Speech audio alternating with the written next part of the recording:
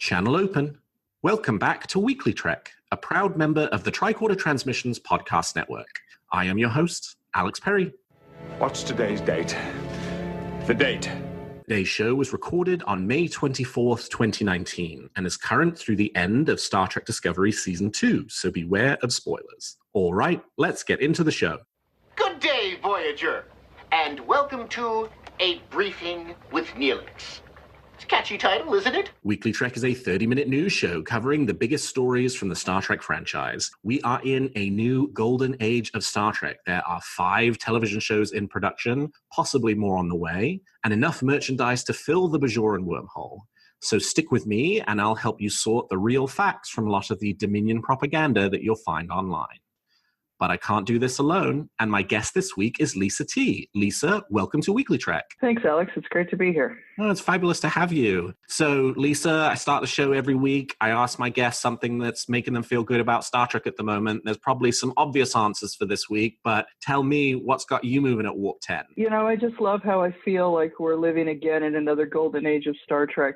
I was a little bit older during the 90s, so I was able to experience all of those television shows and all of the news coming in, and it just feels wonderful to do it again. I have friends at work that were casual Star Trek fans, but now with the big news this week with the release of the Picard trailer, they're all just as excited as I am to see him back. And people who I thought I would never hear, yes, I'm going to subscribe to CBS All Access, actually said that to me this week because of the fact that Jean-Luc Picard is back. And I think that's just fantastic, not only for us who are in it on a day-to-day basis, but those who will be flipping through the channels and go, hey, I remember that guy. Let's see what he's up to. Yeah, absolutely. I think, you know, we've seen that Discovery is a fairly popular show, but its kind of penetration outside of the Star Trek fan community appears to have been relatively limited. I think we can say that, you know, with some confidence. And I was very pleased by the reaction that the Picard trailer got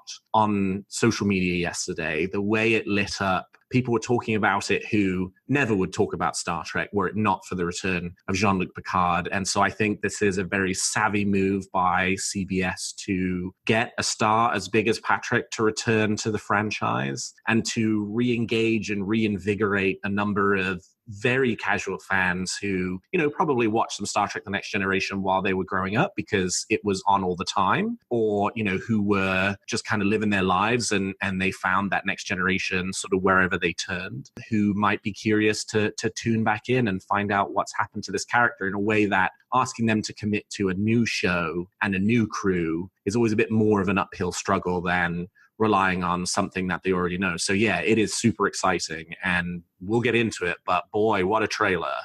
No kidding. Yeah. So my pick this week for something that's got me feeling really good about Star Trek is also, yes, I am shameless. I am pivoting off of the Picard trailer this week, which we will get to a full discussion of in a minute. But for me, the thing I'm feeling really good about Star Trek is a return to the 24th century, although I guess it's potentially the dawn of the 25th century by the time that the Picard show begins. Next Generation was my first Star Trek. Deep Space Nine, Voyager were the Star Treks that really sort of crystallized my fandom into full being. And so for me, the 24th century has always been the sort of first place in my heart. All the things that happened in the 24th century, the relationships between the characters and the races and the monumental events that took place there, from the various Borg invasions to the Dominion War to the brief conflict between the Federation and the Klingon Empire. I've always been most invested in that period of time. And for us to return to it through the lens of this character is so cool. I mean, of course, I knew in an abstract way that this was what was going to happen, that we would be continuing that sort of 24th century story and seeing what happened to the galaxy after Endgame and the small little bit we know from Star Trek 2009. But to actually see it on the screen and to kind of have that return to, yes, this is definitely 24th century Star Trek, has got me feeling so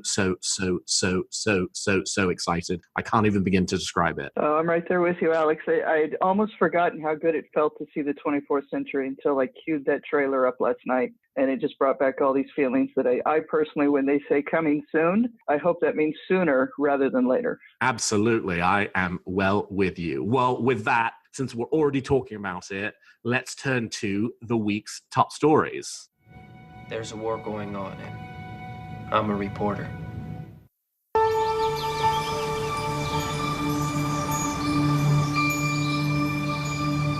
"15 years ago, today, you led us out of the darkness. You commanded the greatest rescue armada in history. Then, the unimaginable. What did that cost you? Your faith? Your faith in us? Your faith in yourself?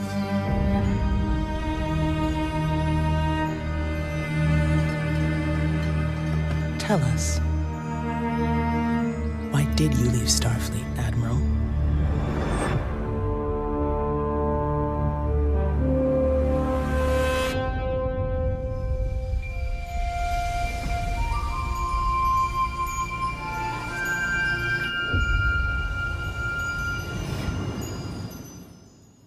Wasn't that an amazing trailer? I know I said last week I didn't think we would be getting any new footage for the Picard show until San Diego Comic-Con, which was a full 2 months away, and CBS pleasantly surprised us on Thursday, the 25th anniversary of the broadcast of the Next Generation finale, All Good Things, with our very first look at Star Trek Picard. And boy, what a first look it was. We got Picard in his vineyard back in Le Bar, France, making Chateau Picard. We got a tantalizing voiceover from actress Meryn Dungey, who actually has not been announced as an actress associated with Star Trek Picard, but presumably by having done the voiceover has some kind of role in the show that we don't know yet. We had a Jeff Russo score for the trailer. Jeff Russo has been the fabulous composer for Star Trek Discovery. The music for Discovery has been one of the standout features of that show, and that kind of final little flute solo where we got just the first kind of few strings of the Next Generation theme music was enough to send me into a bawling wreck.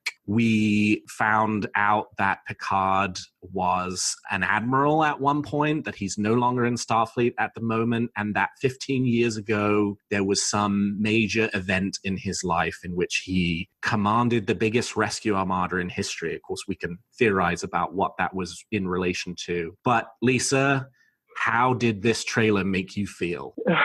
There was waves of nostalgia along with excitement. I can honestly say that my post-Discovery doldrums that I was experiencing have gone away, and I now have nothing but anticipation for this new show. I can't wait for it to drop, like I'm sure many people can as well. And I just hope that the story we get, because like many people, I want to know what happened in an Armada 15 years ago. That is what's got me going, okay, what happened that made you turn away, Jean-Luc? Tell me. I'm listening. Yeah, presumably it has, because we know that the show, that the fallout of the destruction of Romulus as depicted in the Star Trek 2009 movie, that sort of set up the creation of the Kelvin timeline, has some implications for the Picard show. So presumably the 15-year ago event related to the Rescue Armada was something to do with Romulus's destruction, but it's unclear sort of what the inciting event was that made him turn his back on the Federation, and potentially even made the Federation turn their back on him too. Clearly, it was almost certainly something connected to that event, but what was it? Was it the death of Spock? Is there some story that we haven't seen yet that will be played out over the course of this show that will explain why Picard is not still in Starfleet by the time of the Picard show, but rather back on his vineyard making wine? You know, one of the things that I did not expect at all, but from the moment that I saw it just filled me with excitement, was that return to the vineyard. Yeah. I had no, you know, I think I might have said on this show a few weeks ago, or I tweeted it, I tried looking for it and I couldn't find it. I said something blithely offhand about how if the Picard show didn't start with Patrick Stewart wearing a straw hat and on a vineyard, then I was done with the show as far as I was concerned. And that was 100% tongue-in-cheek, because I never thought kind of thing they would actually pay off, but it looks like they have. And for me, releasing that on the 25th anniversary of All Good Things, an episode in which him being an older man on his vineyard played such an important part in the episode, was just so encouraging for the way in which they have extended this show and this story out and are doing it in a really encouraging way. I mean, what do you think, Lisa? You know, if you were in the writer's room right now, what do you think is going on with Picard? You know, it's one of these that, I wonder is what you were saying. It's something happened to Spock and Picard took it personally and he just retreated back into the world that he thought he'd never go back to his vineyard because that's where he had the most peace. You know, that's where he went after best of both worlds to recover, and it seems like that's just a therapeutic place for him. So to me, it's like, okay, we're seeing Picard trying to get over something, trying to heal in a place that we all know and love. It's just something that I can't believe that we're actually going back to. After All Good Things, I thought that was the last we'd see of it. And I think lots of people are already starting to think about what their must rewatch episode list is prior to the premiere of the Picard show, which we don't have a confirmed date for when it's coming yet. All we know is from what they've said, they hope to get it on the air by the end of this year or early next year, but shooting for the end of this year. But it strikes me that after watching this trailer, you have to have on the list Family, All Good Things, and Star Trek Generations as what I have kind of come to think of in my head as the Picard Family Vineyard trilogy. Those seem like a good starting point. I'm sure we'll get more that will fill in more good episodes to add to that list. But at this point, that seems like a good starting point, don't you think? Oh, absolutely. And I hope we get a bit of a teaser, maybe even at STLV this year, that John Delancey may pop in. I'd love to see Q come in and kind of shake Jean-Luc out of his doldrums or whatever you want to call them and say, hey, you used to be the man that would save the galaxy. Let's get back to doing this. Yeah, that's a cool idea. I think it would be really, I mean, I've talked before about how much I would love to see a cameo for at least some of the Next Generation crew, though one of the thoughts that's run through my mind is an event big enough and tragic enough that it drives Jean-Luc Picard away from Starfleet, us not really having much of an indication yet that the other Next Generation cast members are participating in the show. What if their characters are not still alive by the time of the Picard show? That would certainly be enough to sort of shatter this man's life in the way that we have been sort of told to anticipate. Obviously, we don't know if that's true or not, you know, and if they're going in that direction or not. That's total speculation, but it would be interesting. Yes, it would, and I think it would probably destroy some fans if it was Beverly who was no longer around, and that's why he is the way he is. Mm-hmm. Absolutely, yeah. So plenty more for us to find out. Presumably, we will still get another trailer at San Diego Comic-Con. This was a short teaser. There normally are several trailers before the series itself goes live, and normally the sort of full trailer will run 2.5 minutes. So that's still to come for us. But we know as of this week that filming is marching ahead for Star Trek Picard. So there was a selfie that Jonathan Frakes posted that was a picture of him and Patrick Stewart together again. And folks were assuming that meant that Frakes was in Los Angeles potentially preparing to prep episodes 3 and 4. But it turns out, no, he is there to film episodes 3 and 4. So according to Hanelle Culpepper, the director of episodes 1 and 2, she is finished with shooting those episodes. So they have moved on from the first block of shooting. So we know that for Star Trek Picard, they have split the show up into 5 filming blocks in which they're doing 2 episodes at a time, and one director will do 2 episodes at a time. So Hanelle Culpepper is directing episodes 1 and 2. Jonathan is directing episodes 3 and 4. So we are now in the second block of shooting. They have probably been shooting at this point for about a month because Michael Chabon posted that picture on Instagram indicating that it was the first week of production, actually pretty much a month ago right now. So they are marching ahead. So don't listen to any YouTubers who claim that the Picard show is in trouble because they haven't filmed a single shot, because they have 2 whole episodes in the can at this point and are now marching into the third. And that also, I think, sends an encouraging signal that the show is on track for the kind of release date that they're looking for, late 2019, early 2020. So I think we remain on track with that. Lisa, Jonathan Frakes directing Star Trek Picard, how does that make you feel? it makes me feel great. I love the fact that he's still involved in Star Trek with doing Discovery, and now that he's doing Picard, it just makes me feel like, you know what, they're trying to do it right out of the gate. And I love that CBS knows what works and what the fans would love to see, and they're doing it. And he is a fabulous, fabulous director. Yes, he is. I pretty much try and watch anything he's directed, and there are things that I never thought I'd watch, but I did because his name showed up in the credits. Absolutely, absolutely. Well, much more exciting things coming for Picard. I didn't think we'd get a trailer as quickly as we did, and we did, so more to come in the weeks ahead. But for now, let's switch from Star Trek Picard to the other tentpole flagship television Star Trek show on at the moment, which is Star Trek Discovery. And TrekCore had an interview this week with Mario Moreira, who is the prop master for Star Trek Discovery, talking about some of the props that debuted in Star Trek Discovery Season 2. As we've talked about on a previous episode, if you happen to be in Los Angeles, you can make a visit to the Paley Center, at which you can see a display of props and costumes and concept art from Star Trek Discovery Season 2 as part of CBS's push to get Star Trek Discovery considered for an Emmy. So you can see much of Mario's work up close and personal, but there was a fun little discussion with TrekCore about the props from this season. A couple of things I picked out. The Pike chair, which Mario acknowledges is probably the closest thing they've created to an exact replica of an original series prop since they started doing Star Trek Discovery. And you really can see the very strong similarities between the two pieces. The Section 31 phaser, which we didn't get a great look at in the show, and you actually kind of probably, most people didn't even notice there was a separate phaser for Section 31, but it's this very cool kind of chunky piece, kind of looks a lot like the Section 31 weapons that featured in the Kelvin timeline. And another interesting piece that, I think I totally missed in the show is that the barrel extends or retracts based on whether it is set to stun or kill. And then Mario also talked about the Red Angel suit, talking about how there are 3 different versions: the pristine version from the Gabrielle Burnham flashbacks, the weathered version from when she saves Michael Burnham's life at the end of the Red Angel, and then the version that Discovery creates at the end of the season. Lisa, Discovery has some fabulous props.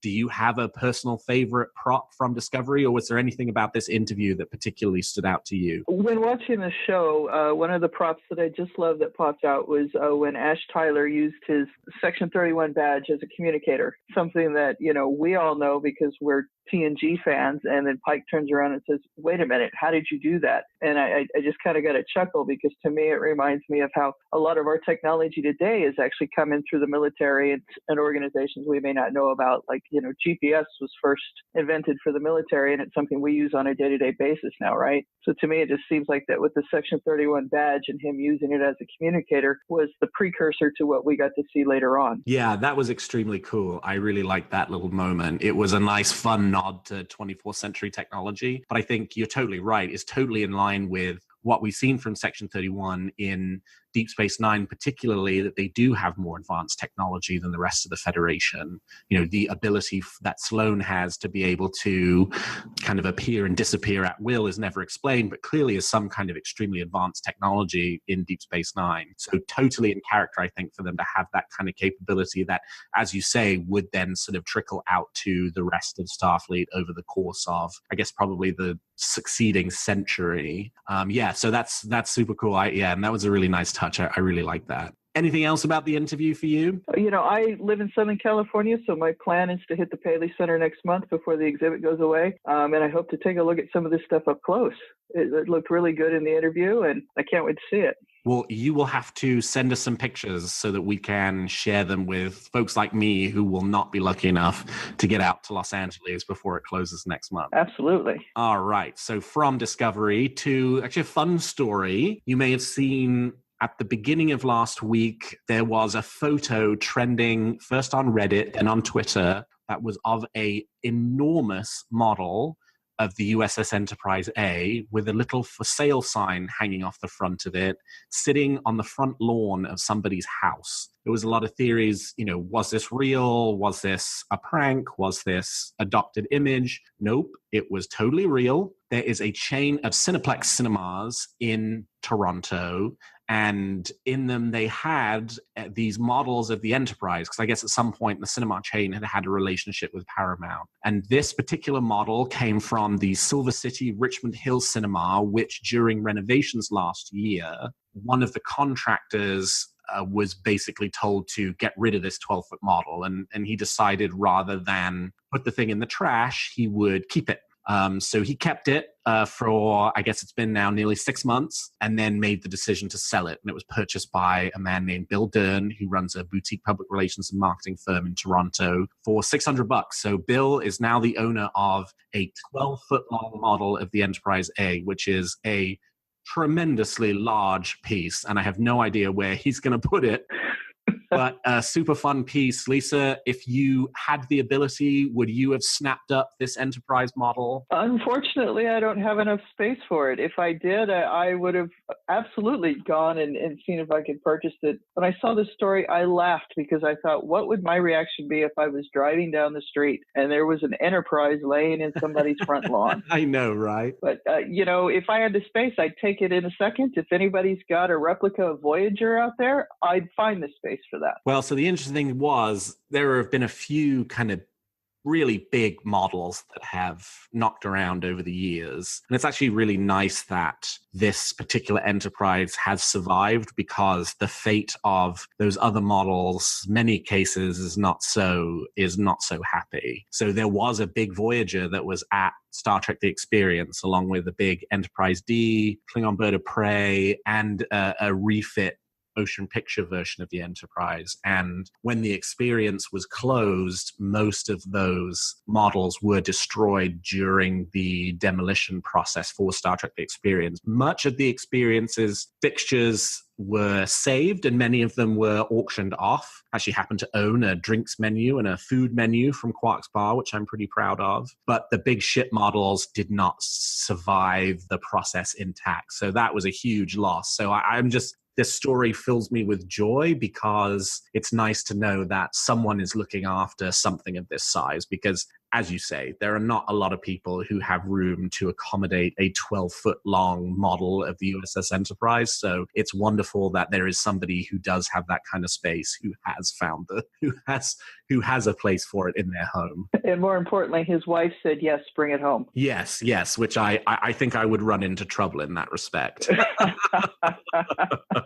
Bill has launched a GoFundMe to restore the model. It was on display for many years and is showing signs of age. He is looking for quite a significant amount of money in order to make the ship as pristine as possible. If that's something you're interested in, I would encourage you to go find it. But I would just say, as a word of warning, that a number of the GoFundMe fundraising campaigns that have been run over the last probably decade for things like this, I don't think any of them have really panned out. Does anybody remember what happened to the Restore the USS Enterprise D bridge fundraiser that happened probably about 7 years ago, promising that would be fully restored and available to fans? It's not. And the guy who ran that fundraiser has run into some quite serious legal problems. Not to say that any of that will be true of Bill. He seems like a really nice, genuine guy who really wants the best for this model. But I think I would just kind of sound a note of caution to Star Trek fans, who we've given a lot of money to a lot of people over the years and have not gotten a huge amount back for our investment. So just a little word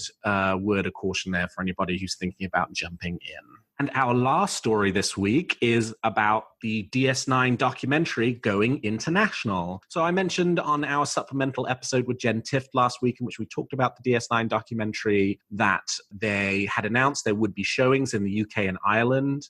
Those will be showing at 44 cinemas in the UK and Ireland on June 26th. So if you don't have your tickets already, I actually strongly encourage you to buy them as soon as possible, because I've seen on Twitter that some of the cinema showings have actually been selling out. So if you're interested in attending the Deep Space Nine documentary on June 26th, I would buy your tickets if you're in the UK and Ireland sooner rather than later, so that you are not disappointed to discover that the theatre that you want to attend does not have tickets available. And they announced this week that showings would also be coming to Germany and Austria. There are no details yet about exactly which cinemas will be showing that or the date on which they will be shown. That information is expected to go live probably not too long after you listen to this this episode. So once you hear this, if you're interested in attending DS9 Documentary showing in Germany or in Austria, I would head on over to cineplace.com in order to find out if those details have been posted yet. Lisa, did you get a chance to see the DS9 documentary when it was in cinemas? I did. I was actually a backer,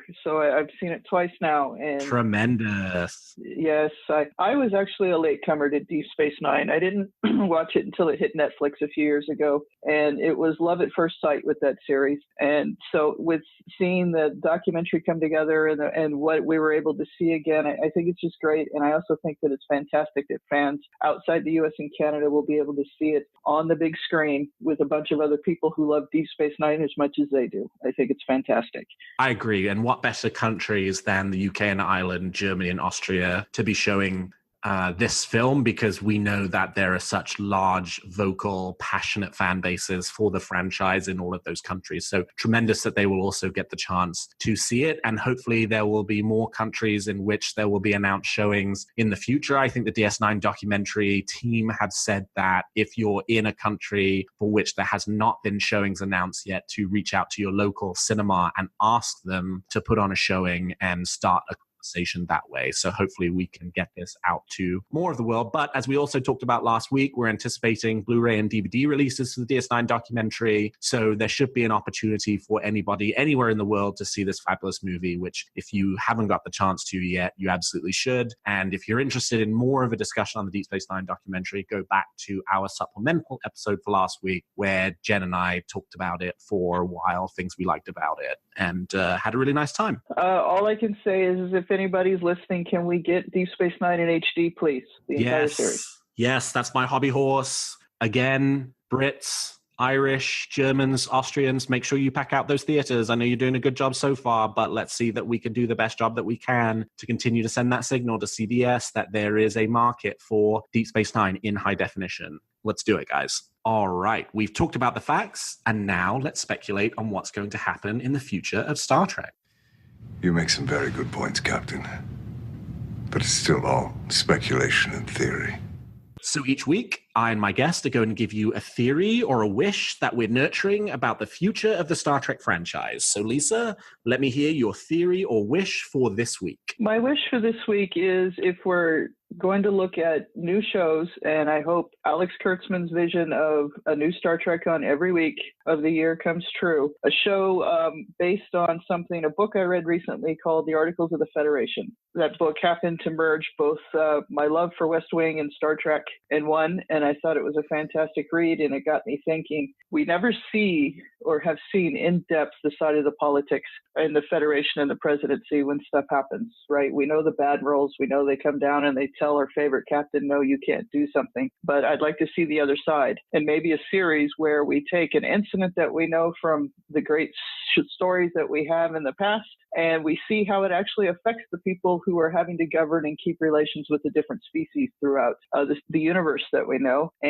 But for me, if this were to come true, as long as the first season were to involve a president by the name of Catherine Janeway, a former captain of Voyager, I would be all in a heartbeat. Lisa.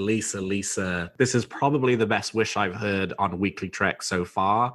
I love this wish. I am 100% with you. Articles of the Federation by Keith R.A. DeCandido is a fabulous book that really does merge the best of Star Trek, and if you're also a fan of the show The West Wing. And I would love a political drama about the Star Trek universe. I think the Federation is a really fascinating political organization, and one that we've never really done much of a job of peeling back and getting a really good look at how it functions. How do all of these species work together? What kinds of political compromises have to be made in order for this sort of utopia to maintain itself? I think there's so much fodder there for really interesting drama. And you're right. I mean, Kurtzman has said that he wants each of the new Star Trek shows to have a very different feel to them. And what better way to do that than to have something that was a bit of a political drama? It's also much cheaper, because, it's not necessarily going to be special effects heavy, but you could do something really fun and that shows you a different side of the universe. And I'm all in. And I also love the idea of Catherine Janeway being a Federation president, and I think Kate Mulgrew would do a really good job playing the Martin Sheen, Josiah Bartlett role in that kind of show. Fabulous. I love it. So turning from something fun to something slightly less fun, my theory this week is around what made Jean-Luc Picard desert Starfleet. And we've seen that there is a real interest in the production and in examining this idea of Section 31.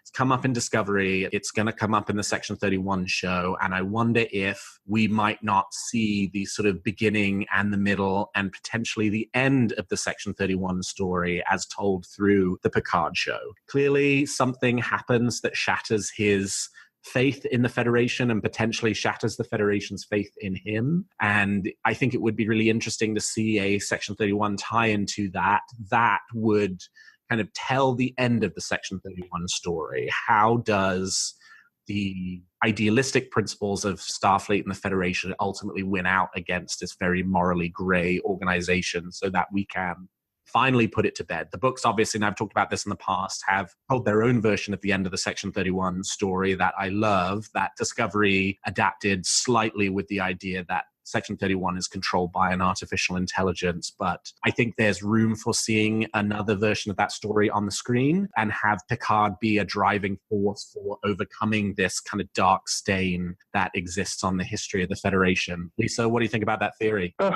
Yeah, you went dark there, but it's a good theory. I Section 31 seems to be playing quite, it seems to be a great thread that is running through all of Discovery, and then with the Georgiou show coming, and now possibly with this Picard, it'll be interesting to see how that would fall out, and I'm curious if you're right there, Alex. It's also one that I think I would like to see end, and I would like to see the end, because I think eventually Star Trek's got to move beyond this one organization and be about something else. And so I think showing us how that organization ends and how that story ends, and particularly if the most idealistic member of Federation society that we've seen to date, and frankly, the best of us in Captain Picard, is the one to bring them down, I think would nicely close the book on that organization. Yes, we could have the Georgiou show, but I think it would kind of close the book on it for future Star Trek storytelling, because eventually we will have told everything. We will have examined that idea from all of the angles worth examining it from, and then we need to move on. And we're probably getting close to that point now. Yeah, now that you mention it, I agree with that.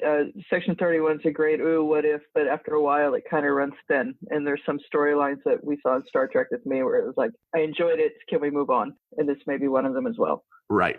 So we'll see. There's so much more to learn, and it is so exciting. Do you have a theory or a wish for Discovery or the future of the franchise that you'd like to share? Tweet them to me at WeeklyTrek, and I might feature your theory in a future episode. Well, that's all the time we've got for this week's Weekly Trek. Thank you so much to my guest, Lisa, for joining me today. Lisa, how can people contact you if they want to continue the conversation? Yes, you can reach me on Twitter. You can reach me at JediWiz59, that is JEDIWIZ 59. Don't hold anything against me for the Twitter handle, but that's what it is. I promise not to. I made a May the 4th be with you joke on Weekly Trek a few weeks ago, and I did not get any hate mail, so I think we are okay with Star Wars references as far as Weekly Trek is concerned. Great. You can find this show on Twitter at Weekly Trek and me at Alexander T. Perry. And if you enjoy the show, please consider leaving us a 5-star review on your podcast player of choice. And please check out some of the other great shows on the TrekCore Transmissions. And if you like our shows, please also consider becoming a Patreon of TrekCore, which you can find at patreon.com/the TrekCore Transmissions. And lastly, if you're looking for Star Trek news on the internet, I hope you will turn to TrekCore.com. Well, thank you, Lisa. Thank you to all my listeners. And until next week, live long and prosper.